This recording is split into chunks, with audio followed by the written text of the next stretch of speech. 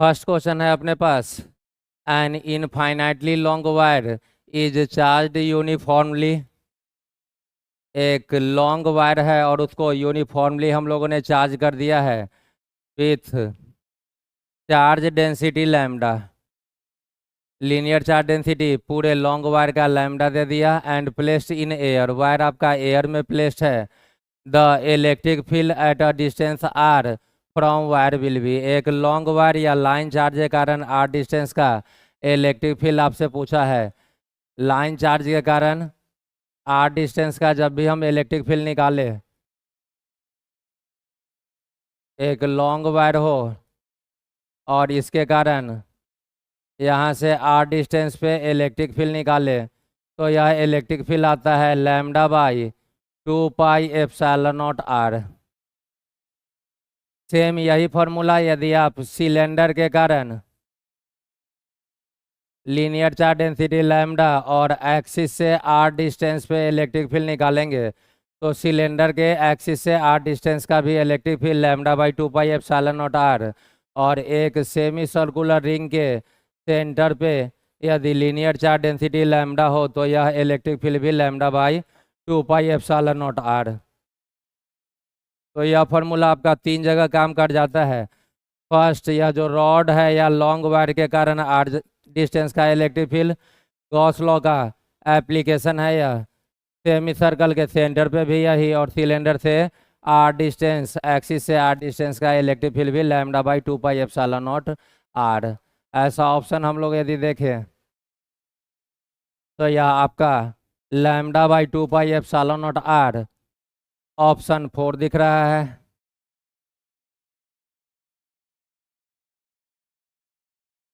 Second question बोला, 2 point charges -q and +4q are placed at a separation r. दो charge है, एक negative और एक पॉजिटिव। निगेटिव वाला -q, पॉजिटिव वाला +4q। Are placed at a separation r, दोनों आर डिस्टेंस पे सेपरेटेड है। Where should a third charge be placed so that the entire system of charges becomes in equilibrium. दो charge के बीच का separation दे दिया और आपसे पूछा कि तीसरे को कहाँ प्लेस करें जिससे पूरा सिस्टम इक्विलिब्रियम में होगा। डायग्राम ड्रॉ कीजिए, तो यहाँ -q, यहाँ पे +4q, सेपरेशन आर है। और इस चार्ज से कुछ लेफ्ट साइड आप एक थर्ड चार्ज कंसीडर कीजिए, क्योंकि यदि आप बीच में डालेंगे थर्ड चार्ज को तो निगेटिव चार्ज इस वाले को अट्रैक्ट करेगा, पॉजिटिव रिपेल, दोनों के कारण नेट फोर्स लेफ्ट होगा। और जब दोनों सेम डायरेक्शन में फोर्स हो तो कभी भी यह चार्ज इक्विलिब्रियम में नहीं रह सकता। तो या तो यह चार्ज दोनों के लेफ्ट में रहता है या राइट में। और इस तरह के सिचुएशन में हम लोग जानते हैं कि जब भी चार्ज प्लेस होता है तो स्मॉलर मैग्नीट्यूड के बगल में, तो हमने इसे यहाँ प्लेस कर लिया। यदि दोनों पॉजिटिव रहता है तब आप उसे बीच में प्लेस करते हैं, स्मॉलर के बगल में। एक निगेटिव है तो स्मॉलर के बगल में लेफ्ट साइड। और इस चार्ज का डिस्टेंस मैंने स्मॉल क्यू से बोल लिया x। यह टोटल डिस्टेंस आपका r है। यहाँ पर यदि पहले इसे इक्विलिब्रियम में करें तो इस पे इसके कारण फोर्स और इस पे 4q के कारण दोनों का मैग्नीट्यूड सेम होना चाहिए। डायरेक्शन आपको दिख रहा है कि निगेटिव के कारण इस पे राइट की तरफ फोर्स और पॉजिटिव के कारण लेफ्ट, डायरेक्शन अपोजिट है ही। मैग्नीट्यूड आप यदि सेम कर लेंगे तो नेट फोर्स 0। मैग्नीट्यूड को सेम करें तो इस दोनों के बीच फोर्स का मैग्नीट्यूड k, q1 के बदले कैपिटल Q, q2 के बदले स्मॉल q, बाई r² के बदले x²। इसको इक्वल होना होगा इस दोनों के बीच के फोर्स के। इसके फोर्स को लिखेंगे k, q1 के बदले कैपिटल Q, q2 के बदले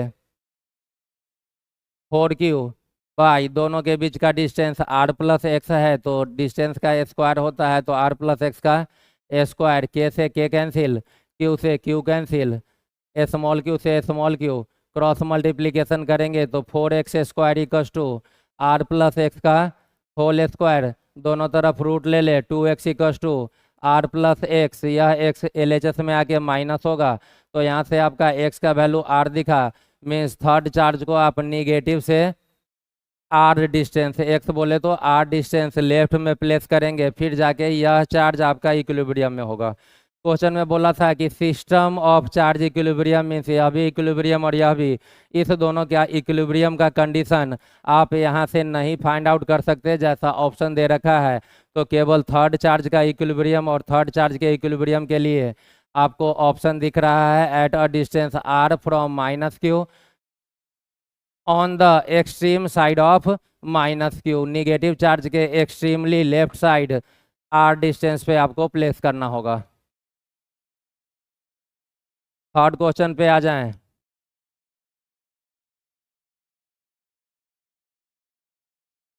थर्ड क्वेश्चन बोल रहा है the variation of electric field with respect to distance from centre of a charge conducting spherical shell of radius r। Electric field E का वेरिएशन किसके साथ, डिस्टेंस के साथ। डिस्टेंस को आप x बोल ले सकते हैं। तो ई का x के साथ वेरिएशन पूछा है किसके लिए, charge conducting spherical shell. Shell बोले तो हॉलो स्फेयर। एक हॉलो स्फेयर के लिए जो इलेक्ट्रिक फील्ड होगा उसका डिस्टेंस के साथ जो वेरिएशन है उसको ग्राफ के फॉर्म में पूछ लिया आपसे। तो किसी भी हॉलो स्फेयर के लिए जो इलेक्ट्रिक फील्ड होता है वह आप जानते हैं गॉस लॉ के एप्लीकेशन से कि किसी भी हॉलो स्फेयर के इनसाइड का इलेक्ट्रिक फील्ड 0 होता है। सरफेस का इलेक्ट्रिक फील्ड सबसे ज़्यादा KQ/r², जहां r इसका रेडियस होगा, और आउटसाइड डिस्टेंस का इलेक्ट्रिक फील्ड E होता है KQ/x²।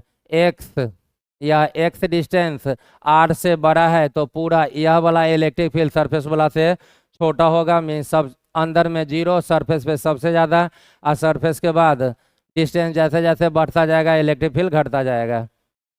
तो यदि इसे हम लोग प्लॉट करें ई वर्सेस एक्स ग्राफ, ई इलेक्ट्रिक फील्ड एक्स डिस्टेंस, तो सेंटर पे भी 0 और पूरा रेडियस तक यहाँ तक 0। इसे आप बोल सकते हैं x=r, और x=r पे इलेक्ट्रिक फील्ड का अपना एक मैक्सिमम वैल्यू कितना के इक्वल, तो KQ/r² के, और सरफेस के जैसे ही आउटसाइड जाइएगा मीन्स x>r, तो यह आपका इन्वर्सली प्रोपोर्शनल। तो ग्राफ पहले 0 और फिर यहाँ पे जा कर के अचानक से इन्वर्सली, इस टाइप का ग्राफ यदि हम लोग चेक करें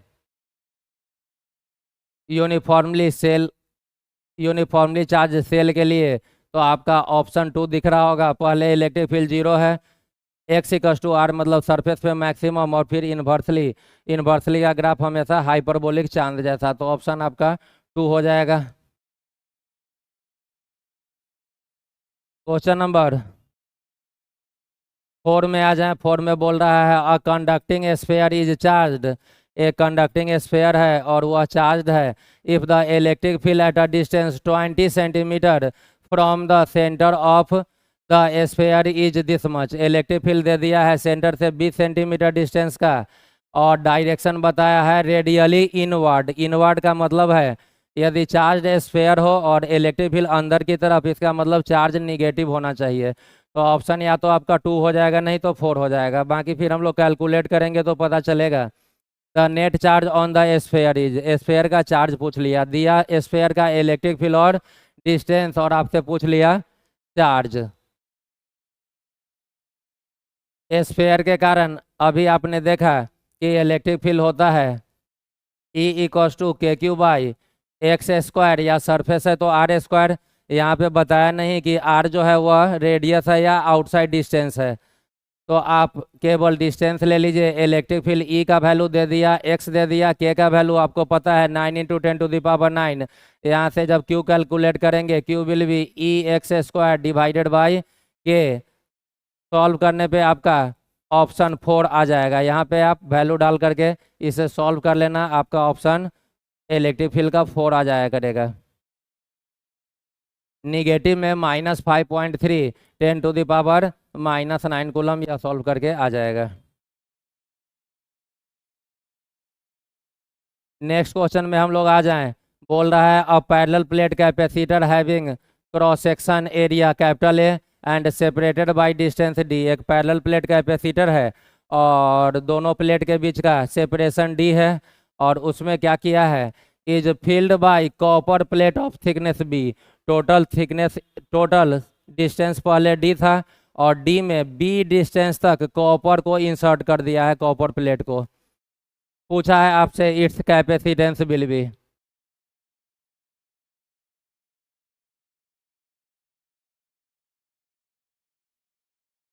यह आपका पैरेलल प्लेट कैपेसिटर हो गया, बीच का सेपरेशन डी, और किसी एक साइड लेफ्ट या राइट से बी थिकनेस का आप कॉपर प्लेट डाल लीजिए। कॉपर का डाई इलेक्ट्रिक कॉन्स्टेंट अभी के बोल ले रहे हैं, एयर के लिए डाई इलेक्ट्रिक कॉन्स्टेंट के का वैल्यू 1 होता है, और कॉपर मेटल है और किसी भी मेटल के लिए डाई इलेक्ट्रिक कॉन्स्टेंट के का वैल्यू इन्फिनिटी होता है। तो इनिशियली आप के इन्फिनिटी नहीं ले सकते, आप पहले के टर्म में काम कीजिए और लास्ट टर्म में के का वैल्यू हम लोग इन्फिनिटी पुट कर लेंगे। अपने पास अब दो कैपेसिटर हो गया, एक डाई इलेक्ट्रिक वाला और दूसरा एयर वाला। इधर वाला का कैपेसिटेंस C1 बोल लीजिए, और हम लोगों को पता है कि डाई इलेक्ट्रिक डालने पे कैपेसिटेंस जो होता है वह के टाइम्स हो जाता है। तो के पैरेलल प्लेट कैपेसिटर के कैपेसिटेंस का formula epsilon naught A by D, तो के टाइम्स हो गया, तो K epsilon naught A by D के बदले इस दोनों के बीच का डिस्टेंस जो कि बी दिख रहा है। दूसरा एयर वाला का कैपेसिटेंस C2 बोलिए, एप्सिलॉन नॉट ए बाई दोनों के बीच का डिस्टेंस पूरा डी और यहाँ तक बी है, इसका मतलब रिमेनिंग डिस्टेंस हो जाएगा आपका डी माइनस बी। जब भी डिस्टेंस डिवाइड हो तो यह C1 और यह C1 और C2 आपस में सीरीज में, और कभी एरिया डिवाइड होता ऊपर में आधा एरिया तक K1 और नीचे आधा एरिया या तो एयर नहीं तो K2, तब एरिया डिवाइड हो तो पैरेलल और डिस्टेंस डिवाइड हो तो सीरीज। दो कैपेसिटर C1 और C2 का सीरीज में इक्विवेलेंट आता है, C equivalent equals to C1 C2 divided by C1 plus C2। C1 का वैल्यू पुट कर लीजिए, तो K epsilon naught A divided by B into C2 का value epsilon naught A divided by D minus B divided by C1 plus C2, दोनों को add करेंगे तो K epsilon naught A divided by B plus epsilon naught A divided by D minus B. अब यदि इसे solve करना हो तो पहले आप नीचे प्लस है तो दोनों का एलसीएम लेंगे, एलसीएम हो जाएगा B into D minus B, और ऊपर में भी एक नीचे में टर्म दिख रहा है D into B into D minus B, तो यह पूरा टर्म से यह पूरा टर्म कैंसिल हो जाएगा। यहाँ से एप्सिलॉन नॉट ए और यहाँ से भी एप्सिलॉन नॉट ए कॉमन लेकर के ऊपर का एक एप्सिलॉन नॉट ए कैंसिल, तो ऊपर बचेगा के, एक एप्सिलॉन नॉट ए कैंसिल हुआ तो बचेगा एक एप्सिलॉन नॉट ए डिवाइडेड में, यह तो पूरा इससे एलसीएम से कैंसिल हो गया था। यहाँ का एप्सिलॉन नॉट ए और एप्सिलॉन नॉट ए गैप हो चुका है, तो यह के प्लस 1 होना चाहिए था। आपने एलसीएम इस टर्म को लिया था तो के में इससे मल्टीप्लाई, और यहाँ 1 बचा था तो 1 में बी से मल्टीप्लाई, तो नीचे का टर्म आपका आ जाएगा के में मल्टीप्लाई हो जाएगा डी माइनस बी से, प्लस बी में मल्टीप्लाई हो जाएगा 1 से, तो सॉल्व होकर के यह इतना आया। यहाँ पर अब आप के का वैल्यू इन्फिनिटी नहीं पुट कर सकते क्योंकि ऊपर भी इन्फिनिटी नीचे भी infinity, infinity by infinity indeterminate form हो जाएगा। तो पहले आप के से डिवाइड कर लीजिए ऊपर और नीचे, और सॉरी यह बी इंटू यहाँ पर 1 किया तो यह आपका बी होगा। अब आप दोनों जगह के से डिवाइड कीजिए तो ऊपर में आ जाएगा एप्सिलॉन नॉट ए, इसमें के से डिवाइड करने पर डी माइनस बी, और इस बी में के से डिवाइड करने पर बी बाई के। यदि आपका के टेंड्स टू इन्फिनिटी है, जैसे ही आप बी बाई इन्फिनिटी करेंगे समथिंग बाई इन्फिनिटी, यह टर्म जीरो, कैपेसिटेंस आपका इक्विवेलेंट वाला कैपेसिटेंस आ गया epsilon naught A divided by D minus B, epsilon naught A divided by D minus B.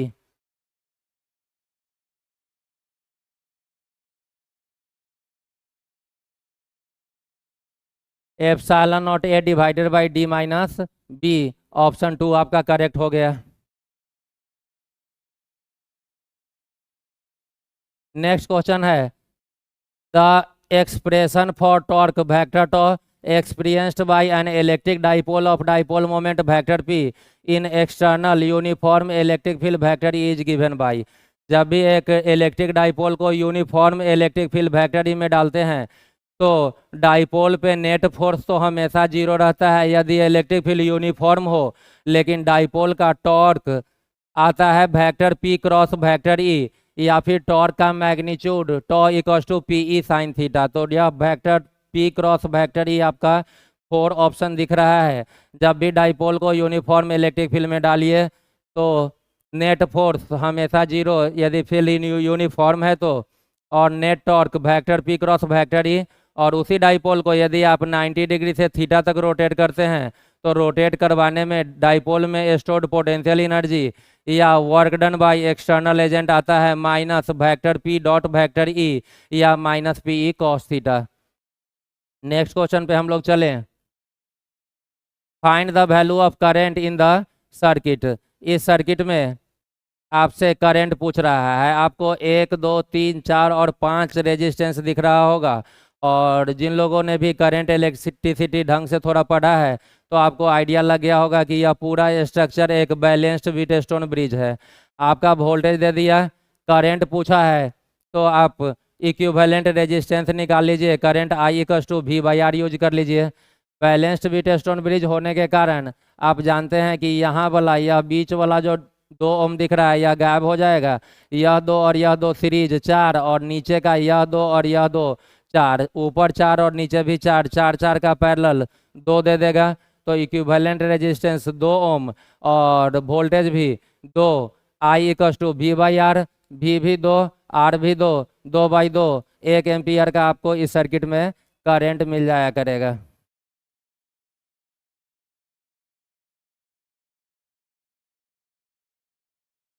Next question है आपका, a voltmeter of resistance 150 ohm is connected across A and B. A और B के बीच जहां 100 resistance 100 ओम पहले से है, एक और वोल्ट मीटर लगा लिया और इस वोल्ट मीटर का रेजिस्टेंस दे दिया 150 ohm. The reading of voltmeter will be. Voltmeter का रीडिंग कितना होगा यह पूछ रहा है। तो जैसे ही आप इसके पैरेलल में एक डालिएगा रेजिस्टेंस 150 का, तो इक्विवेलेंट जो होगा पैरेलल में जो इक्विवेलेंट आता है उसका एक प्रॉपर्टी है कि इक्विवेलेंट रेजिस्टेंस का वैल्यू दोनों में से जो स्मॉलर रेजिस्टेंस है उससे भी छोटा आया करेगा। तो एक 150 है और दूसरा 100, तो स्मॉलर आपका 100 है, इक्विवेलेंट 100 से कम आया करेगा।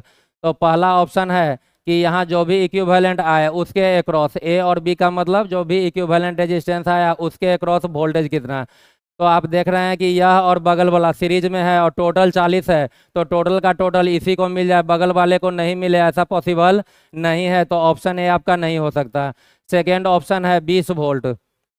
20 तब होता जब यह 100 और यह 100, लेकिन इसके पैरेलल में तो आपने 150 डाल दिया, तो इसका वैल्यू अब पहले से 100 से भी कम जाएगा। तो जब इक्विवेलेंट रेजिस्टेंस इक्वल हो तब जाकर के वोल्टेज इक्वल डिवाइड होता है। रेजिस्टेंस अलग अलग, वोल्टेज कभी भी इक्वल नहीं हो सकता, तो 20 वोल्ट भी नहीं। बाकी 2 ऑप्शन है 15 और 25 वोल्ट। आप जानते हैं कि सीरीज में करंट सेम होता है और आपको निकालना है voltage, V equals to I R use करेंगे। तो आई तो सेम है तो V प्रोपोर्शनल हो जाएगा आर के, जिसका रेजिस्टेंस ज़्यादा उसका वोल्टेज ज़्यादा। इसका रेजिस्टेंस 100 है और इसका जब भी आएगा तो 100 से कम, तो रेजिस्टेंस इसका ज़्यादा है तो ज़्यादा वोल्टेज इसको मिलेगा, कम इसको। तो 25 इसे नहीं मिल सकता क्योंकि 25 इसको दे दिए तो इसको तो 15 ही मिलेगा, जबकि इसका रेजिस्टेंस ज़्यादा तो इसका वोल्टेज ज़्यादा होना चाहिए। तो एकमात्र ऑप्शन आपका बचा 15 वोल्ट। इसका मतलब है ए बी के क्रॉस जब भी वोल्टेज होगा तो 15 वोल्ट ही हो सकता है, दूसरा कोई उपाय नहीं है।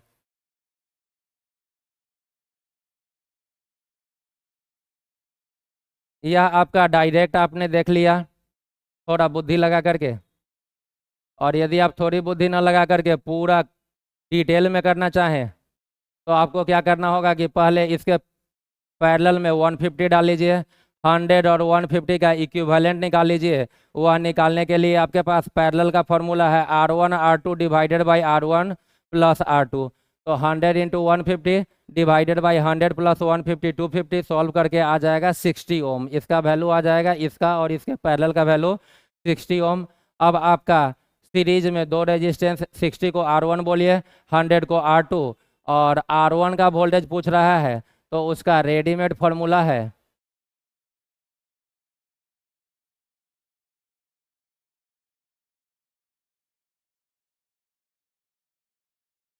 आपने क्या किया कि 100 और 150 का पैरेलल लिया तो 60 ओम। बगल में था 100 ओम, इसको कनेक्ट कर लिया किससे, वोल्टेज से, जिसका भी का वैल्यू है 40 वोल्ट। इसे यदि आप R1 बोले और इसे R2, तो सीरीज में यदि R1 का वोल्टेज चाहिए, करंट तो चाहिए नहीं क्योंकि करंट सबका सेम ही होगा, और यदि आपको करंट निकालना हो तो दोनों का इक्विवेलेंट निकाल लीजिए ऐड करके, और I इक्वस टू भी 40 डिवाइडेड बाई 160 कर लीजिएगा, करंट आ जाएगा।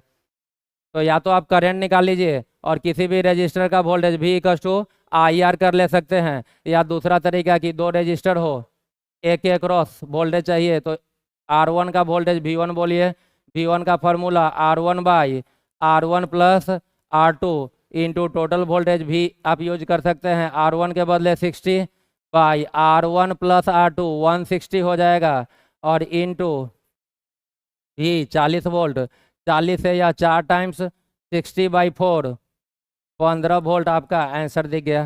दूसरा तरीका कि आप पहले करंट निकाल लीजिए, तो total current I equals to V/R, V is 40 और सीरीज में इक्विवेलेंट ऐड हो जाता है, तो यह 160, 40 से 4 टाइम्स तो 1/4 एम्पियर का करंट, और किसी भी रजिस्टर का voltage V equals to IR, जहाँ I उसका करंट और R उसका अपना रेजिस्टेंस, तो I इंटू R यूज करेंगे तो I के बदले 1/4 और R 60 जब आप डालेंगे वोल्टेज वोल्ट में आ जाएगा, 60/4, यहाँ से भी आपको 15 वोल्ट ऑप्शन दिख रहा है।